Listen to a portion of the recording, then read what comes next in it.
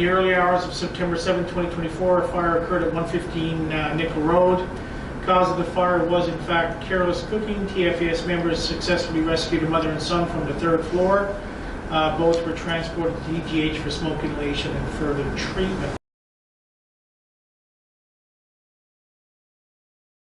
Right now, we have a total of 16 and 24 firefighter paramedics positions filled with the department. Currently, there are no candidates on the short list. Vacancy rate is currently sitting at 33%.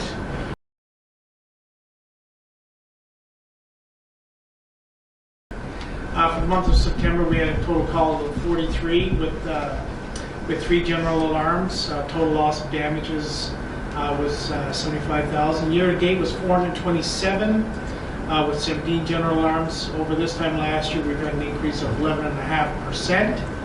For the ambulance calls, again, a busy September, 727 calls. Year to date was 6,541, an increase of almost 3% over this time last year of 6,360 calls.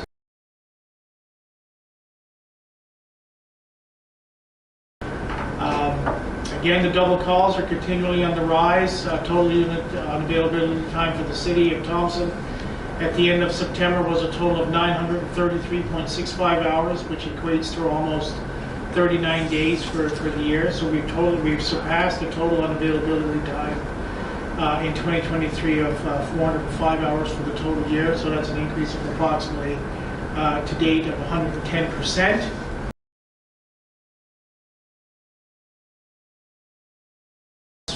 We currently staff 2 ambulances for the city of Thompson. Okay. So that double calls reflects that both ambulances are being utilized simultaneously, where a third call would come in, and then of course we'd staff that third ambulance with overtime, and of course the delay times of getting there to the scene, right? So the total hours thus far at the end of September was 933 hours, where there was no unit available for the third or fourth call because all other ambulances are busy and tied up.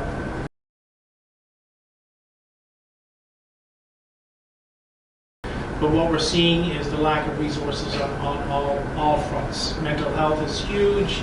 We see the lack of resources in emerge, which translates to longer wait times for triaging our patients. And of course, then the end user, the customer who's waiting for an ambulance, to no fault of their own, is because we're tied up waiting for signatures at the hospital for various reasons.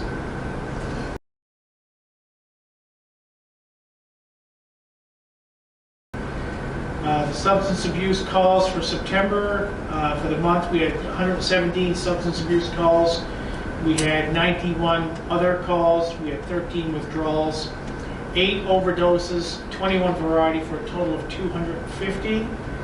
And of course, highlighted below are the substance, alcohol, meth, crack, marijuana, Lysol, hand sanitizer, cocaine, and mushrooms.